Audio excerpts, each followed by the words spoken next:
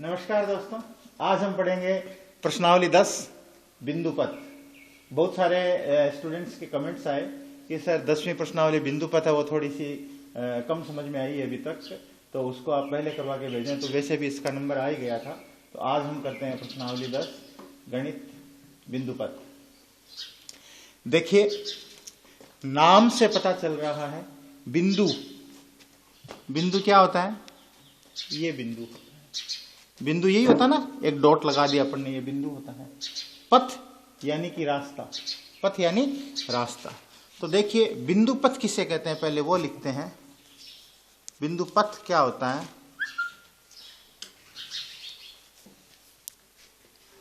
किसी बिंदु का बिंदु पथ किसी बिंदु का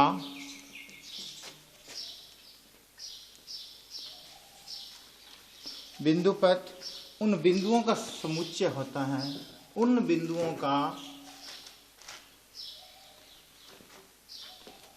बिंदुओं का समुच्चय होता है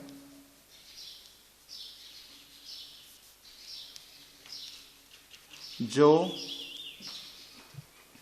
उक्त बिंदु के लिए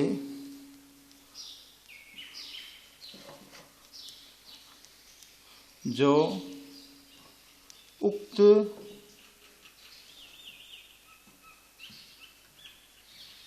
बिंदु के लिए निर्धारित नियमों प्रतिबंधों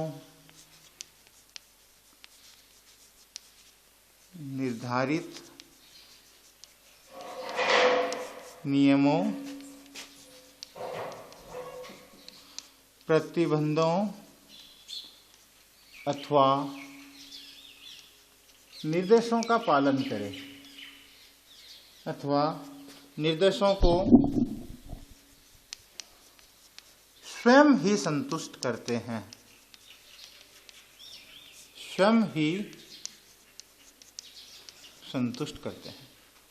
देखिए, इसका मतलब ये हुआ कि किसी बिंदु का बिंदु पथ, कोई भी हमने एक बिंदु लिया। अब इसका जो पथ है, मान लीजिए मैंने एक बॉल ली और उसको अगर समतल जमीन पर मैंने लुढ़काया तो वह एकदम सीधी रेखा में चलेगी और ये बॉल लुढ़कती हुई एक सरल रेखा का निर्माण करेगी। तो ये उसका बिंदु पथ हो गया। तो किसी भी बिंदु का बिंदु पथ उन बिंदुओं का समुच्चय होता है, जो बहुत सारे बिंदु मिले उनका समुच्चय होता है, जो उक्त बिंदु के लिए निर्धारित नियमों, प्रतिबंधों अथवा निर्देशों को स्वयं संतुष्ट करते हैं। अगर इस बॉल को अगर सीधा चलना है, तो अगर ये सीधी चल रही है तो एक सरल रेखा का निर्माण करती है। अगर ये बॉल समतल पर लुढ़कती है तो अब ये बॉल अगर ऐसे जा रही है तो उन नियमों का पालन नहीं करी, उसका बिंदु पथ अलग हो गया। बिंदु क्या होता है? एक ऐसा आकार जिसकी न कोई लंबाई होती है न कोई चौड़ाई होती है। मैं ये भी लिख देता हूं, बिंदु की परिभाषा भी लिखिए आप। किसी समतल में बनी ऐसी आकृति बिंदु किसी समतल में बनी ऐसी आकृति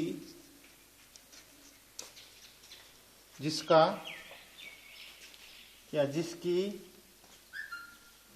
लंबाई, चौड़ाई और ऊंचाई नहीं होती है।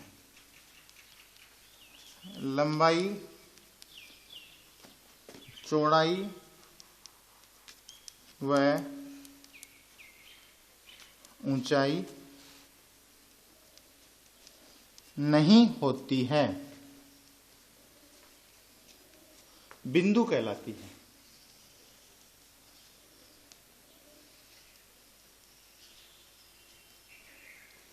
बिंदु क्या है? ये मैंने बिंदु बनाया, इसकी न कोई लंबाई है, न इसकी कोई चौड़ाई, न लेंथ है, न हाइट है, कुछ भी नहीं है। तो लंबाई, चौड़ाई और ऊंचाई कुछ भी नहीं हो, वो जो आकृति है कोई भी समतल पर, वो हमेशा बिंदु कहलाती है।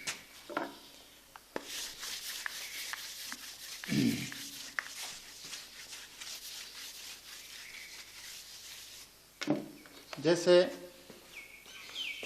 मैंने एक बिंदु लिया यहां पर और जो दूसरा बिंदु वो यहां पर लिया, इसका नाम मैंने P दे दिया, इसका नाम मैंने P दे दिया, इसका नाम मैंने O दे दिया। ये जो बिंदु है दूसरा वाला, ये चल बिंदु है। चल बिंदु का मतलब ये स्थिर नहीं रहेगा, ये मूविंग होगा, गतिमान रहेगा, और ये स्थिर है।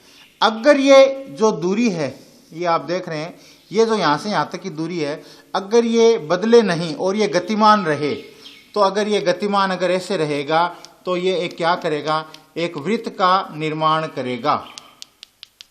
उस स्थिति में ये क्या करेगा, एक वृत्त का निर्माण करेगा। तो इसका जो बिंदु पथ है वो क्या हुआ, एक वृत्त हुआ। अब इसमें क्या होगा, ये जो सभी दूरियां होगी वो क्या रहेगी, समान रहेगी, क्योंकि ये एक तरह से वृत्त की त्रिज्याएं होगी। तो इसकी अगर दूरी ये समान रही और अगर ये गतिमान रहता है, P जो चल बिंदु है, तो क्या करेगा, ये एक वृत्त का निर्माण करेगा। अब इनको आप अलग अलग नाम दे सकते हो, ये O है, ये A है, ये B है। इसमें OA, OB, OC, OP ये सब क्या होंगे, OA बराबर OB बराबर OP बराबर OC, ये सारी की सारी रेखाएं क्या होगी, इक्वल होगी, और ये एक वृत्त का निर्माण करेंगी। अब हम इससे संबंधित छोटी छोटी पहले प्रमेय देखते हैं। अगर मान लीजिए, देखो ये जो बिंदु है ना, ये अगर बहुत सारे बिंदु मिले ना तो किसी न किसी आकृति का निर्माण करते हैं। दुनिया की हर चीज छोटे छोटे बिंदुओं से मिलके ही बनी होती है, ठीक है। अगर मान लीजिए हम कोई दो समांतर रेखा लेवे, और इनसे समदूरस्थ बिंदुओं का बिंदु पथ ज्ञात करना हो। दो समांतर रेखाओं से समदूरस्थ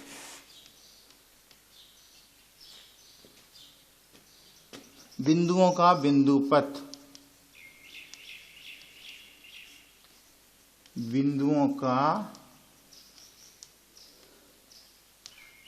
ज्ञात करना हो, तो देखिए मान लीजिए मैंने ये जो दूरी है, अगर ये दोनों रेखाएं समांतर है, हमने नाम दिया A व B, P और Q। अगर ये दोनों समांतर है तो ये जो दूरी है वो सबकी बराबर होगी, ये जो दूरी होगी वो सबसे बराबर होगी। अब अगर मान लीजिए मैंने बीच में ये ली, एक रेखा ली, तो ये जो दूरी है, ये दूरी और ये दूरी समान है, ये दूरी और ये दूरी भी समान है। ये जो दूरियां हैं आपस में जो आधी आधी दिख रही है अब, वो भी क्या होगी, एक दूसरे से समान होगी। इस स्थिति में ये जो नई रेखा बनी, यानी दो समांतर रेखाओं से जो बिंदुओं का बिंदु पथ है, वो भी क्या होती है, एक समांतर रेखा ही होती है। क्या होती है, एक समांतर रेखा ही होगी।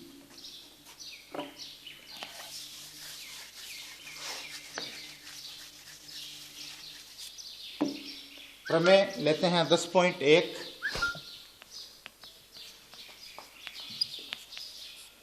प्रमेय है ये 10.1 प्रमेय है। दो बिंदुओं से समदूरस्थ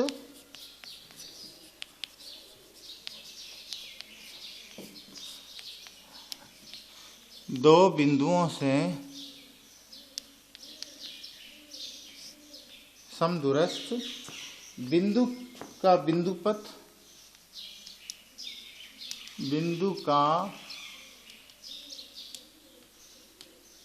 बिंदु पथ उन्हें मिलाने वाले रेखाखंड का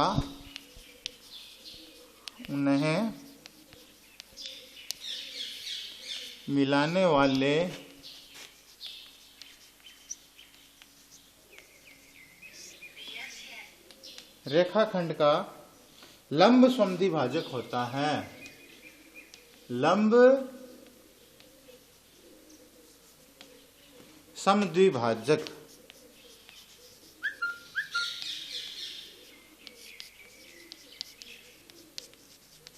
होता है, ये एक प्रमेय है।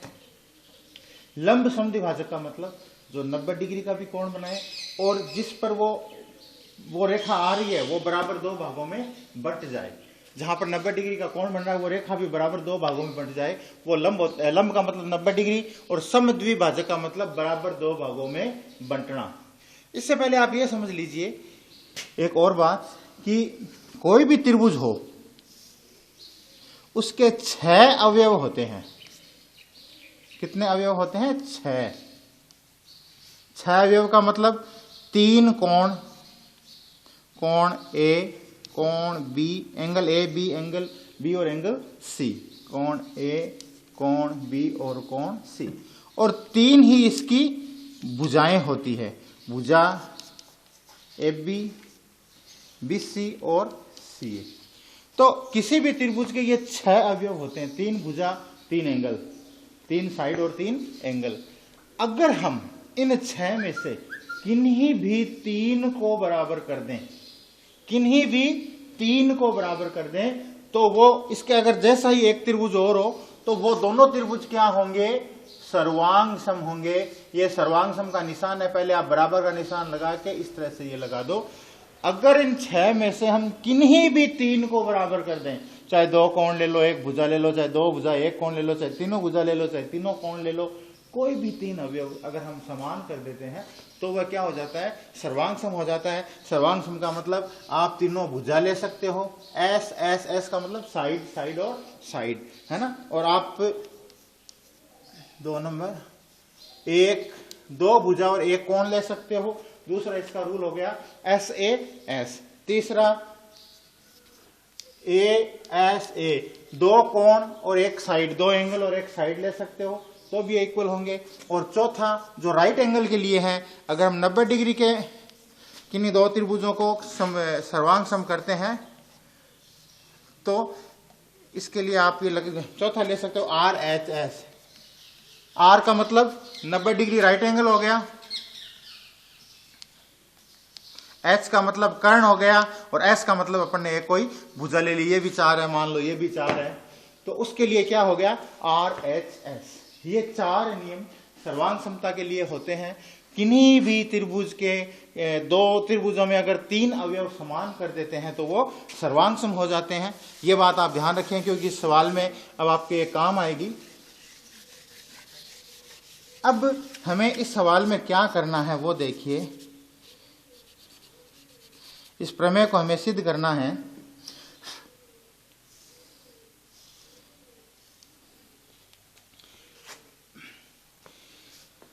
देखिए मैंने ये एक कह रहा है 2 बिंदुओं से समदूरस्थ बिंदुओं का बिंदुपथ, ये जो 2 बिंदु है बी और सी, इनसे समदूरस्थ एक बिंदु है ए। मैंने एक बिंदु लिया है, ये देखिए ये 2 बिंदु हो गए, ए बी लिख दीजिए इनको। इनसे 2 बिंदुओं से समदूरस्थ बिंदु, तो ये मैंने एक बिंदु लिया जो इन दोनों से बराबर दूरी पर है। ये दूरी और ये दूरी क्या है? आपस में बराबर है। इनको मैंने ऊपर ये काटने का मतलब क्या हो गया? ये दोनों एक दूसरे के बराबर है। समदूरस्थ बिंदुओं का बिंदुपथ, उन्हें मिलाने वाली रेखाखंड का, इसका जो बिंदुपथ है, ये जो बिंदुपथ है, इन दोनों बिंदुओं को जो रेखा मिला रही है उसका क्या होता है? लंब समद्विभाजक होता है। ये हमें सिद्ध करना है। तो इसको हम ए बी और सी नाम दे देते, यहां पर सी नाम दे देते हैं। अब देखिए इसको भी एक नाम दे देते हैं डी। हमारे इस रेखा की वजह से ये त्रिभुज, एक त्रिभुज 2 त्रिभुजों में बंट रहा है। त्रिभुज सी डी ए और सी डी बी, हमारे पास इसमें 2 त्रिभुज हैं। तो सबसे पहले हम प्रमेय में लिखते हैं दिया हुआ है। दिया हुआ क्या है? जो दिया हुआ होता है वो हमें सवाल के अंदर से ही निकाल कर लिखना होता है। सवाल में जो लाइन दी हुई है, हमने जो डायग्राम बनाया है, उसमें से देख के ही ये लिखना पड़ता है कि हमें दिया हुआ क्या है। तो देखिए क्या दिया हुआ है, हमें कहा हुआ है कि ये जो बिंदु है इन दोनों से समदूरस्थ है, यानी कि ये दोनों रेखाएं क्या है? आपस में बराबर है। तो हम लिखेंगे ए सी बराबर बी सी। क्या दिया हुआ है? A C is equal to B C, ये हमें दिया हुआ है। नेक्स्ट अब हम इसमें करते हैं, सिद्ध करना कर देते हैं कि हमें सिद्ध क्या करना है। देखिए, सिद्ध करने के लिए आपको ये प्रमेय ध्यान से पढ़नी पड़ती है कि ये चाहता क्या है। ये चाहता है कि ये लंब समद्विभाजक है, यानी ये जो कोण है ये दोनों 90 डिग्री के होने चाहिए। और लंब समद्विभाजक का मतलब ये दोनों जो रेखाएं हैं आपस में AB जो D के कारण से बन रहा है, ये दोनों आपस में इक्वल होनी चाहिए। तो सिद्ध क्या करना है, AD बराबर DB। एक तो क्या सिद्ध करना है, AD बराबर DB, और दूसरा क्या सिद्ध करना है, लंब समद्विभाजक। तो CD ये लंब है, उल्टा उल्टे T का मतलब लंब है किस पर, AB पर। ये हमें प्रूव करना है, ये आंसर आना चाहिए। नेक्स्ट इसका जो ऑप्शन होता है वो है उपपत्ति। अब हम जो भी ये प्रूव करेंगे वो इस उपपत्ति के अंदर प्रूव करेंगे कि इसको किस प्रकार से हम प्रूव कर सकते हैं। तो देखिए, सबसे पहले हम उपपत्ति में ये जो दो त्रिभुज हैं, अगर हम कोई भी इनके 3 अवयव समान कर दें तो ये प्रूव हो जाएगा। अब कौन से 3 अवयव समान करें वो देखते हैं। कि सबसे पहले एक तो हमें दिया हुआ है, क्या दिया हुआ है, AC बराबर BC। तो आप क्या लिख देंगे, AC बराबर BC, ये हमें दिया हुआ है। इन दो के अलावा क्या है, क्या समान है, देखिए ये जो है, ये जो CD रेखा है वो इस त्रिभुज में भी है और इस त्रिभुज में भी कॉमन है। कॉमन है कि नहीं, ये जो रेखा है वो दोनों में कॉमन है। इसका मतलब ये एक रेखा दोनों में कॉमन है, तो ये भी दोनों में समान ही हुई, इक्वल हुई। तो दूसरा हमारे पास क्या मिल गया, इसके आगे आप क्या लिख देंगे, दिया हुआ, क्योंकि ये तो दिया हुआ था अपन को। दूसरा हम लिख देंगे CD बराबर CD, यानी कि ये क्या है, उभयनिष्ठ। कॉमन को क्या बोलते हैं, उभयनिष्ठ। ये लीजिए, ये हमारा उभयनिष्ठ हो गया। अब तीसरी एक चीज हमें और इसमें इक्वल करनी है। तो देखिए, अगर किसी त्रिभुज में दो भुजाएं समान होती हैं तो दो कोण भी समान होते हैं, दो एंगल भी इक्वल होते हैं। अगर ये दो भुजाएं समान है, क्योंकि हमें दिया हुआ था, तो इसके सामने वाला ये कोण और इस भुजा के सामने वाला ये कोण, ये दोनों कोण भी क्या होंगे, इक्वल होंगे, क्योंकि ये समद्विबाहु त्रिभुज है। अतः कोण A और कोण B भी क्या है, आपस में बराबर है। तो कोण CAD, हम इसको क्या लिखेंगे, कोण CAD इक्वल है कोण एंगल CBD के, एंगल CB और D के। देखिए हमने क्या किया, दो तो साइड इक्वल की और एक एंगल इक्वल किया, दो साइड और एक एंगल इक्वल किया। तो ये दोनों, ये जो दोनों त्रिभुज हैं वो आपस में क्या हो गए, सर्वांग सम हो गए। अतः त्रिभुज CDA सर्वांग सम है त्रिभुज CDB के। ये दोनों क्या आपस में सर्वांग सम है।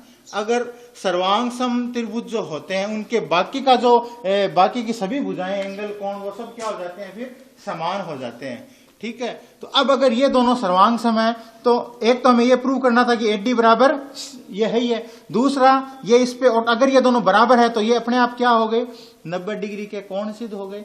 अगर ये दोनों ही बराबर हैं, एक सरल रेखा पर बनने वाले कोणों का योग कितना होता है, 180 डिग्री होता है। एक सरल रेखा पर बनने वाले कोणों का योग क्या होता है, 180 डिग्री होता है। चूंकि ये दोनों बराबर भी हैं, ठीक है, और अतः ये दोनों क्या हो गए, ये इसके लंब समद्विभाजक हो गए। ये भी कोण कितने का हुआ और ये भी कोण कितने का हुआ, 90 डिग्री के दोनों एंगल हो गए। तो हमने ये सिद्ध किया कि रेखाखंड का ये जो इस पे है, इन समदूरस्थ बिंदु को अगर किसी से मिलाते हैं तो उसका लंब समद्विभाजक होता है।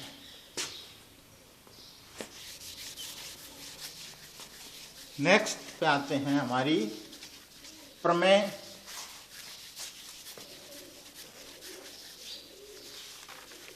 10.2।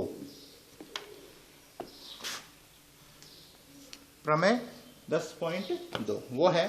दो प्रतिच्छेदी रेखाओं से दो प्रतिच्छेदी रेखाएं का मतलब जो एक दूसरे को काटती हो।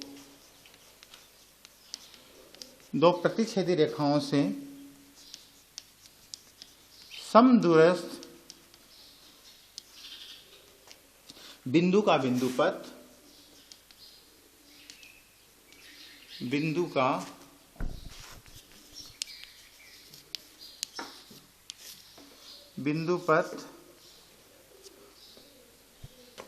उन रेखाओं से बने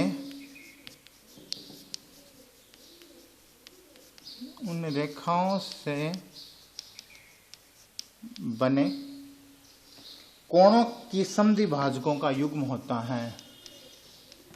कोणों की समद्विभाजकों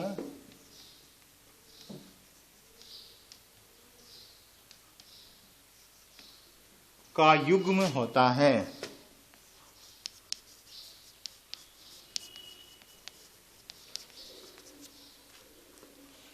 देखिए, हमने दो प्रतिच्छेदी रेखाएं, तो ये एक रेखा और ये दूसरी रेखा, हमने ये दो प्रतिच्छेदी रेखाएं ले ली जो एक दूसरे को काटती हैं। इनका आप नाम दे दें MN RP, मैंने कोई भी इनको एक नाम दे दिया। दो प्रतिच्छेदी रेखाओं से समदूरस्थ बिंदु, ये दो प्रतिच्छेदी रेखाएं, यहां पर मैंने एक बिंदु लिया जो इन दोनों से क्या है, बराबर दूरी पर है। इन दोनों, ये जो दूरी है वो इक्वल है, ये जो क्या है दूरी, वो समदूरस्थ है, यानी कि बराबर है। समदूरस्थ बिंदु का बिंदुपथ, अब इसका जो बिंदुपथ है ये होगा, ये इसका क्या हुआ, बिंदुपथ हुआ। उन रेखाओं से बने कोणों के समद्विभाजकों का युग्म होता है। इन रेखाओं से देखो, ये कोण, ये दो कोण बन रहे हैं, ये और ये, तो ये समद्विभाजकों का युग्म होता है कि मतलब ये दोनों कोण क्या होंगे, आपस में बराबर होंगे। ये हमें सिद्ध करना है। तो मैं इनको नाम दे दूं, यहां पर अलग अलग अपन नाम देते, इसको नाम में B दे देता हूं, इसको नाम में C दे देता हूं, या इसको D दे देता हूं, इसको C दे देता हूं। ये कोण 1 हो गया, ये कोण 2 हो गया, ये अपन O दे देते हैं। फिर वही बात है, अगर हमें इन दोनों कोणों को समान करना है, इक्वल दिखाना है, तो ये दोनों त्रिभुज हमें सर्वांग सम करने होंगे। सर्वांग सम त्रिभुजों की संगत भुजाएं और कोण आपस में क्या होते हैं, बराबर होते हैं। तो इसमें भी वही बात है, सबसे पहले दिया हुआ, सबसे पहले क्या लिखेंगे, दिया हुआ। क्या दिया हुआ है हमें, दो प्रतिच्छेदी रेखाएं MN और RP, कुछ भी आप इसमें लिख सकते हो जो दिया हुआ है। दो प्रतिच्छेदी रेखाएं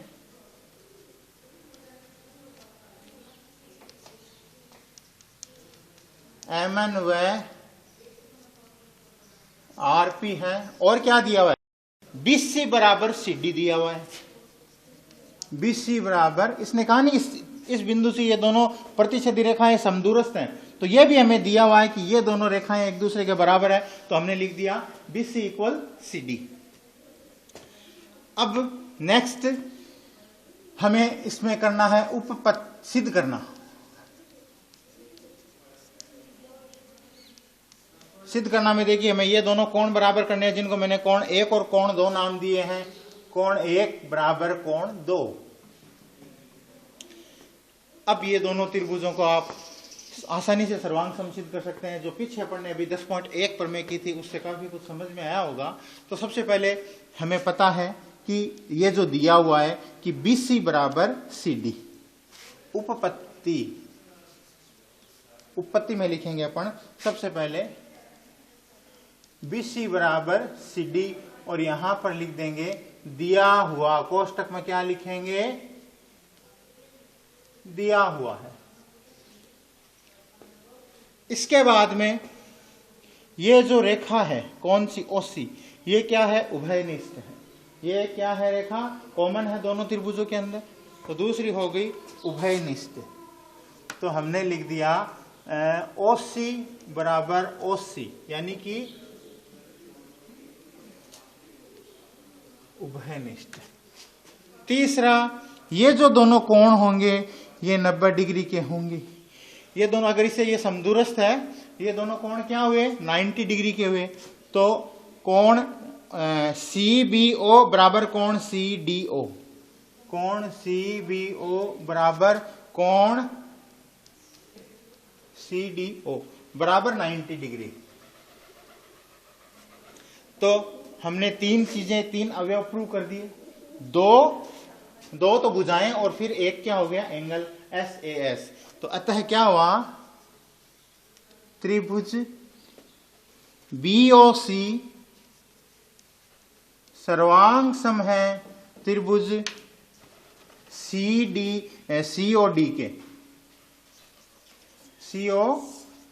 के। ये दोनों आपस में क्या है, सर्वांग सम है। अतः आगे लिखेंगे, सर्वांग सम त्रिभुजों की संगत भुजाएं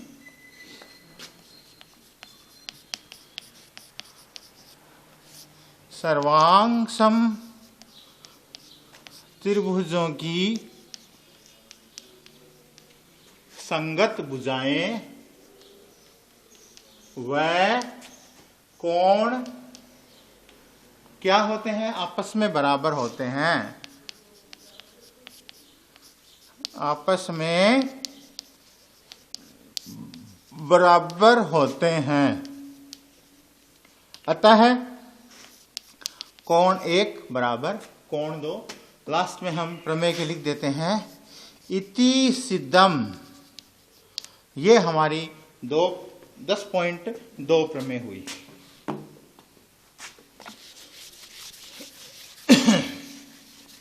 अब हम 10.1 के सवाल लेते हैं।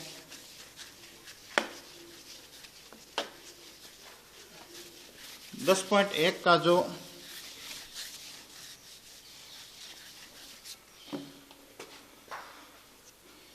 देखिए, दूसरा सवाल है, एक चतुर्भुज के विकर्ण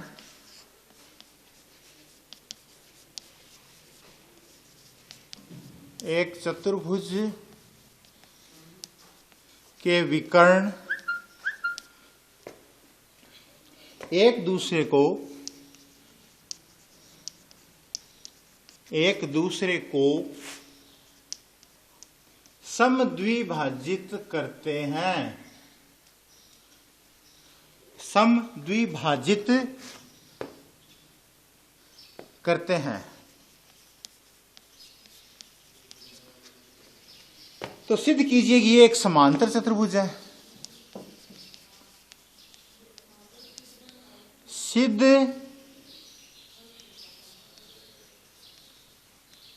कीजिए कि यह एक समांतर चतुर्भुज है।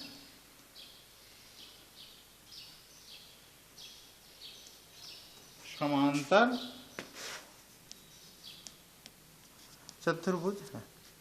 देखिए, एक चतुर्भुज, तो मैंने ये एक चतुर्भुज बना लिया, नाम दे दिया A, B, C और D। विकर्ण एक दूसरे को समद्विभाजित करते हैं। ये लीजिए, इसके दोनों विकर्ण हो गए, इनको बीच में मैंने नाम दे दिया O। ये एक दूसरे को समद्विभाजित करते हैं, यानी कि जितना OA है उतना ही OC है, जितना OB है उतना ही OD है। तो ये क्या है, एक दूसरे को, यानी कि OA बराबर OC, OD बराबर OB, ये एक दूसरे को बराबर दो भागों में बांटते हैं। तो क्या प्रूव करना है कि ये एक समांतर चतुर्भुज है। देखिए, समांतर चतुर्भुज के लिए अपन वहीं से शुरू करते हैं वापस। सबसे पहले दिया हुआ में सबकी अपनी अपनी अलग अलग थ्योरी हो सकती है। जो आपको दिखाई दे रहा है कि मुझे क्या दिख रहा है, हमें क्या लिखना है, तो अपन को यह दिख रहा है कि OA और OC बराबर है, ये दिया हुआ है, और OD और OB भी बराबर है, ये अगले ने दे रखा है कि ये समद्विभाजित करते हैं। तो दिया हुआ में मैं लिख देता हूं OA बराबर OC व OB बराबर OD। OB बराबर क्या हो गया, OD। ये हमें दिया हुआ है। उसके बाद में सिद्ध करना, क्या प्रूव करना है कि ये जो चतुर्भुज है ये एक समांतर चतुर्भुज है। तो समांतर चतुर्भुज सिद्ध करना है।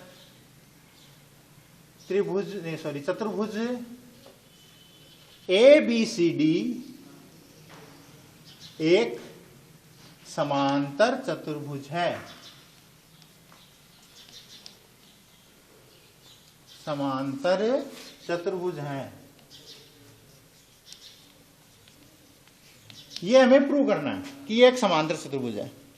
तो देखिए हमें पता है कि ये दोनों आपस में बराबर है, ये दोनों भी आपस में क्या है, बराबर है।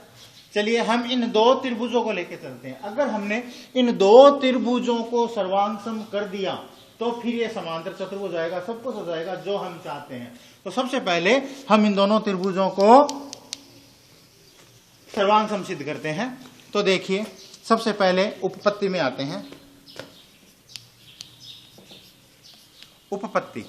उपपत्ति में सबसे पहले क्या लिखेंगे, इस त्रिभुज DOC व AOB में हम इन दो त्रिभुजों को सर्वांगसम सिद्ध करना चाहते हैं। तो इन दो त्रिभुजों को हमने लिया। इनमें सबसे पहली बात, इसमें OA रेखा बराबर है तो इसमें OC रेखा बराबर है, इसमें OB रेखा बराबर है और इसमें ये दोनों रेखाएं बराबर है। तो दो तो ये रेखाएं हो गई, क्या हो गई, OA बराबर OC, ये दोनों बराबर हो गई, और OB बराबर OD, OB बराबर OD। अब तीसरी चीज क्या प्रूव करें कि तीन अवयव कम से कम इक्वल हो जाए। तो हमने दो भुजाएं, दो साइड तो इक्वल कर दी। तीसरी चीज ऐसी क्या हो, तो अगर आप ध्यान से देखेंगे तो ये जो कोण है, ये एंगल और ये एंगल, ये दोनों इक्वल है। क्यों है, क्योंकि ये शीर्षाभिमुख कोण है। शीर्षाभिमुख नाम से पता चल रहा है, जिनके शीर्ष एक दूसरे के अभिमुख हो, जिनके सिर एक दूसरे की तरफ हो, वो शीर्षाभिमुख कोण कहलाते हैं। तो यहां पर अपने कहलाते हैं कोण DOC। कोण DOC बराबर है कोण AOB के, कोण AOB के। यहां हम कोष्टक में लिख देंगे शीर्षाभिमुख कोण।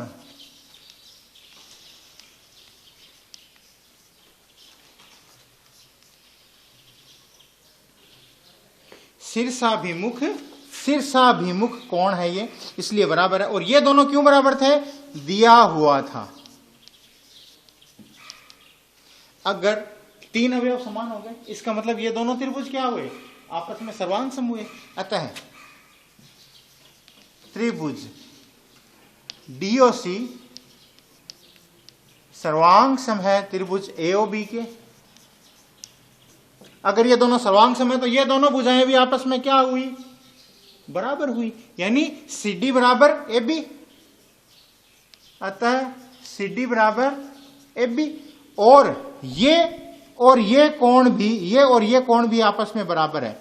ये और ये क्यों बराबर है, देखिए ये दोनों रेखाएं एक दूसरे को प्रतिच्छेद कर रही है। और यहां पर ये Z की आकृति आपको दिख रही होगी, Z बन रहा है ना, ये है ना। तो ये जो कोण है दोनों, ये एकांतर कोण हुए। एकांतर कोण का मतलब समझते हो, जो एक दूसरे के विपरीत होते हैं, जो Z की आकृति बनाते हैं। तो ये जो और जो ये देखिए, ये Z बन रहा है और इसका ये कोण क्या हुआ, एकांतर कोण हुआ। तो ये दोनों एकांतर कोण सदैव समांतर रेखाओं के बीच बनते हैं, ये खास बात है। तो अगर ये दोनों एकांतर कोण प्रूव हो गए तो इसका मतलब ये दोनों रेखाएं क्या हुई, इसमें ऊपर लिख देता हूं मैं। अगर ये दोनों रेखाएं समांतर है तो ये दोनों कोण क्या हो गए, एकांतर कोण हो गए। इसको मैं कोण 1 और कोण 2 नाम दे देता हूं। कोण 1 बराबर कोण 2 एकांतर कोण। सेम ये का ये इसी प्रकार इन दो त्रिभुजों में भी होता है। ये दोनों शीर्षाभिमुख कोण है, ये दोनों जो है भुजाएं वो बराबर है, और इसका मतलब ये दोनों भुजाएं भी इसी प्रकार बराबर होगी जिस तरह से ये दोनों की हुई है। तो आप सिर्फ इतना वापस से लिखने की जरूरत नहीं है, आप सीधा लिख देंगे इसी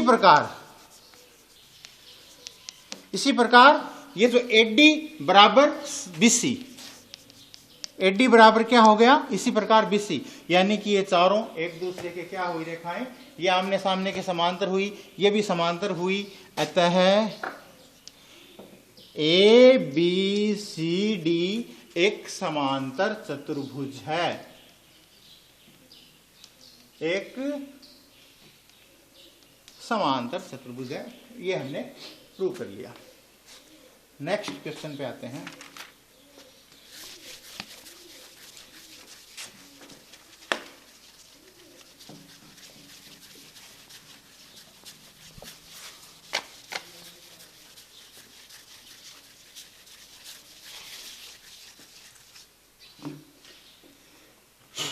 फिर अपन एक अगला सवाल लेते हैं, तीसरा। 3 असंरेख बिंदु, असंरेख का मतलब होता है जो एक रेखा में नहीं हो, अलग अलग जगह हो।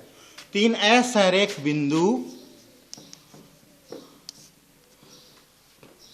बिंदुओं A व AB और C के समदूरस्थ, 3 असंरेख बिंदुओं A, B और C के समदूरस्थ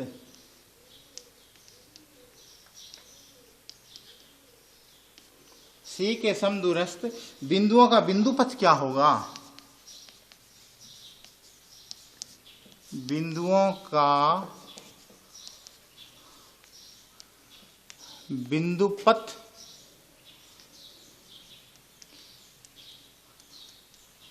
क्या होगा?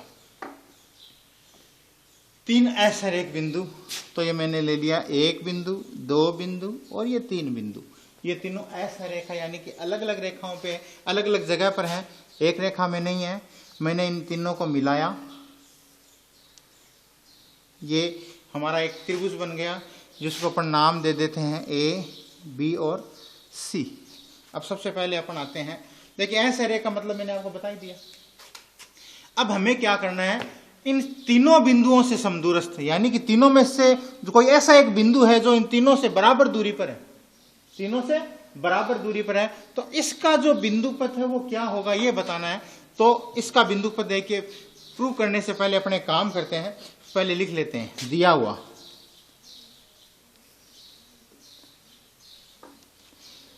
तीन असंरेख बिंदु, 3 असंरेख बिंदु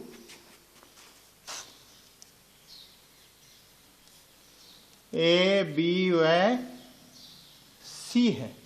ये हमें दिया हुआ है, जो सवाल में लिखा हुआ है वो हमें दिया हुआ है। दूसरा हम लेते हैं इसमें सिद्ध करना।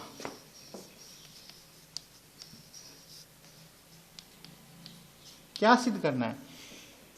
एक बिंदु जो A, B व C से समदूरस्थ है, एक बिंदु का बिंदुपथ, एक बिंदु का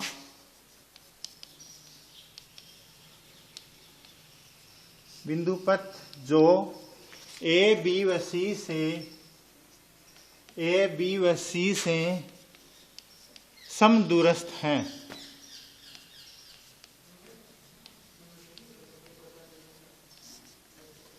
ये हमें सिद्ध करना है। तीसरा आते हैं आगे, रचना किसी सवाल में हम करते हैं तो आप लिख सकते हो, अगर रचना नहीं करते हैं तो अलग बात है। हमें सिर्फ 3 बिंदु दिए हुए थे, इन तीनों को हमने अपनी तरफ से मिलाया है, तो वो हम रचना में लिख देंगे A, B व C को मिलाया। अब आते हैं सिद्ध करना, उपपत्ति। सिद्ध करना तो हो गया, उपपत्ति। अब हम इसको कैसे प्रूव करेंगे, ये हमारा उपपत्ति के अंदर आएगा। देखिए, हम पहले क्या करते हैं, इन तीनों का लंबसम भाजक खींचते हैं। इसको मैं मिटा दूं, आपने देख लिया होगा।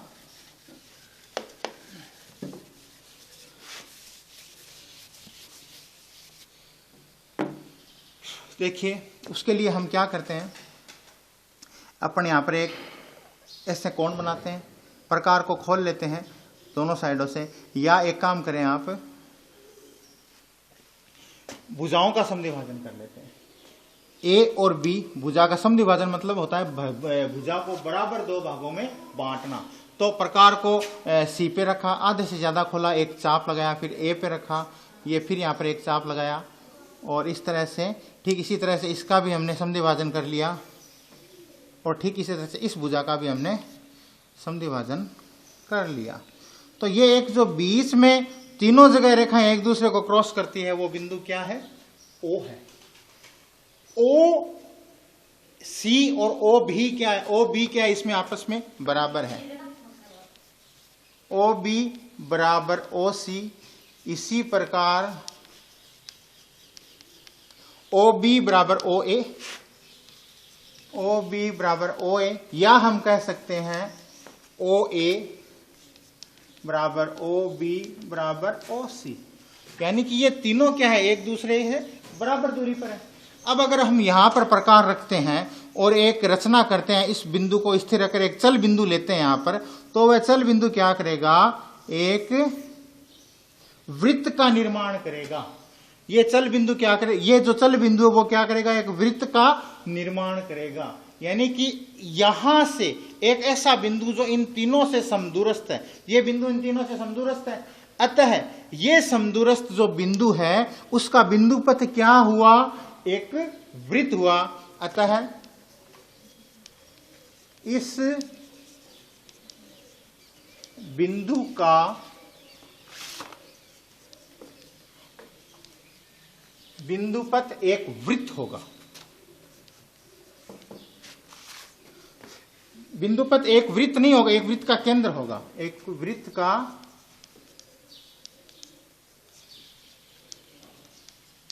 देखिए इस वृत्त का एक केंद्र भी एक बिंदु ऐसा है जो इन तीनों से क्या है? इक्वल दूरी पर है, बराबर दूरी पर है। तो इन तीनों का बिंदु पथ क्या हुआ? वृत्त का केंद्र हुआ।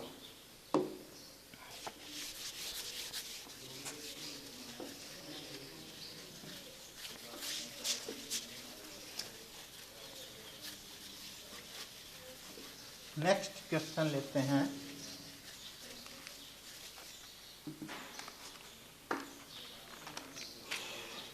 देखिए 10.2 से लेते हैं। अब अपन 10.2 निकाल लेते हैं। सवाल दिया हुआ है, एक त्रिभुज ABC, एक त्रिभुज ABC, एक त्रिभुज ABC में माध्यिकाएं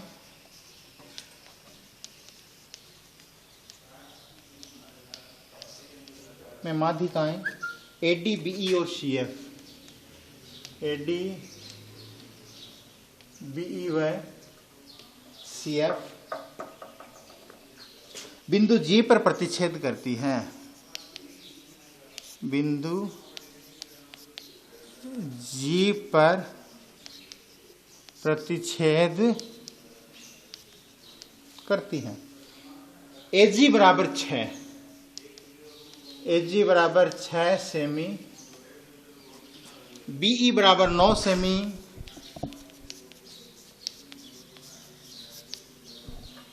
और GF बराबर 4.5 सेमी है।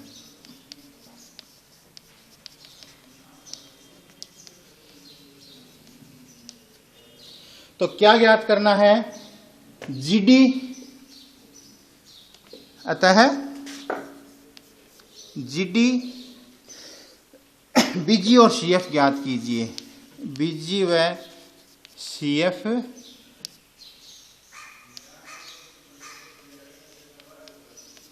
ज्ञात कीजिए। पहले इसमें एक बात समझ लीजिए, त्रिभुज की जो माध्यिकाएं क्या होती हैं वो समझे। ये मैंने एक त्रिभुज बनाया A B C, A B और C, ये इसकी माध्यिका, ये इसकी माध्यिका, और ये तीसरी माध्यिका। इसको भी हम नाम दे देते हैं D, E और F। बीच के बिंदु को मैंने नाम दे दिया G। ये एक माध्यिका AD, दूसरी माध्यिका BE और तीसरी FC या CF, ये 3 माध्यिकाएं हो गई। माध्यिकाएं हमेशा 2:1 में एक दूसरे को काटती है, विभाजित करती हैं। माध्यिकाएं हमेशा किस अनुपात में विभाजित होती हैं? मैं लिख देता हूं, माध्यिका 2:1 में विभाजित होती है। 2:1 का मतलब हुआ, जैसे ये जो माध्यिका है AD, तो इसमें ये भाग बड़ा है, एक भाग बड़ा है ना, और एक भाग क्या है? छोटा है। यानी ये भाग 2 वाला है और ये भाग 1 का है। इसमें क्या है? ये बड़ा है, तो ये भाग 2 का हुआ, तो ये भाग 1 का हुआ। इसमें क्या हुआ? इस माध्यिका में ये वाला भाग बड़ा है, तो ये 2 का भाग है, और ये कितने का भाग है? 1 का भाग है। तो माध्यिकाएं हमेशा 2:1 में विभाजित होती है। अब हम इस प्रश्न को हल करेंगे। इसको आपने इसको समझ लिया होगा। दिया हुआ क्या है? AG बराबर 6, तो AG बराबर 6, BE बराबर 9 और GF बराबर 4.5। GF बराबर 4.5। इसको थोड़ा ध्यान से समझे, ये प्रश्न है जो बोर्ड में आने लायक है। अब प्रूव क्या करना है? GD, BG और CF, ये इन तीनों के हमें आंसर चाहिए। तो यहां से तो अब ये मिटा देते हैं, कोई आवश्यकता नहीं है हमको। देखिए, सबसे पहले मैं GD को लेता हूं। GD प्रूफ करना है। GD कहां है? ये रहा GD। ये क्या है? GD है। तो सबसे पहले अपन लिखते हैं GD। तो GD बटा मैंने लिखा AG। ऊपर हमेशा जो ज्ञात करना हो वो ही लिखना है। जो ज्ञात करना होता है, जो प्रूव करना, फाउंड करना होता है, वो हमेशा ऊपर लिखना है। तो मैंने लिखा GD बटा AG, क्योंकि AG का मान अपन को दिया हुआ है। इस GD वाली लाइन में AG आ रहा है। अब देखिए, GD का अनुपात कितना है अभी? 1 है ना, और इसका 2 है। अभी बताया अनुपात 1 में बढ़ती है। तो GD का अनुपात कितना है? 1 है, और इसका 2 है। तो GD की जगह क्या लिख दूंगा? 1, और AG के सामने क्या लिख दूंगा? 2। अब हमें दिया क्या? AG 6 दिया हुआ, तो AG की जगह 6 लिख देंगे।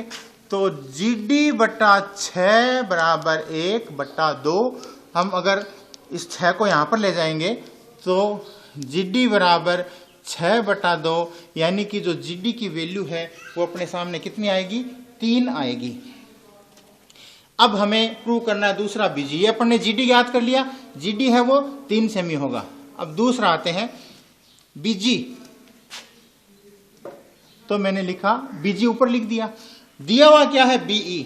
देखिए BG ये रहा, और BE दिया हुआ है, तो नीचे BE लिख दिया बराबर। BG जो है B और G, इसका अनुपात कितना है? 2 है, तो बराबर 2। लेकिन BE का अनुपात कितना? B यहां से लेके E यहां तक है, तो पूरी की पूरी आ गई, तो अनुपात कितना हुआ? 2 और 1 3 हो गया। तो इसका अनुपात मैंने क्या लिख दिया? यहां पर 3 लिख दिया। अब BG तो अपन को क्या करना है? ज्ञात करना है। BG तो अपन को ज्ञात करना है। BE की जगह वैल्यू दी हुई है 9 बराबर 2 बटा 3। ये यहां पर चला जाएगा 9, तो BE बराबर 9 गुणा 2 बटा 3, ये कट गया, यानी कि 6 सेमी। ये जो आएगा BG, ये 6 सेमी होगा। ये अपने कितने आया? 3 सेमी आया। अब लास्ट अपन को ज्ञात करना है CF। तो CF को भी ऐसे ही ज्ञात करते हैं। देखिए मैंने लिखा, सबसे पहले जो ज्ञात करना है वो ऊपर ही ऊपर लिखो। सबसे पहले ज्ञात करना है वो ऊपर लिखो CF। अब दिया हुआ क्या है? GF दिया हुआ है, तो ये CF, यानी कि पूरा का पूरा ये CF तो अपन को फाउंड करना है। अब इसमें GF कहाँ है? जो दिया हुआ है ये है GF 4.5 दिया हुआ है, तो मैं CF बटा क्या कर लूंगा? GF। बस आपको इनका अनुपात लिखना है। CF कितना है? ये 2 और ये 1, 3। इसका अनुपात कितना हुआ? 3। और GF कितना है? 1। तो GF की जगह क्या लिख दिया? 1 लिख दिया। अब CF बटा ये इसका अनुपात है। अब जीएफ जो अपन को वो दिया हुआ है कितना है, 4.5 दिया हुआ है, बराबर 3/1। तो सीएफ बराबर क्या आ गया, 4.5 गुणा 3। यानी हम सीएफ को अगर 4.5 से गुणा करेंगे, 3 से 4.5 को 3 से गुणा करेंगे तो हमारे पास क्या आ जाएगा, सीएफ आ जाएगा, यानी कि 13.5। ये हो गया अपना 13.5 एमए। तो हमने माध्यिका की मदद से, माध्यिका के अनुपात की मदद से इन तीनों का मान निकाल लिया। नेक्स्ट करते हैं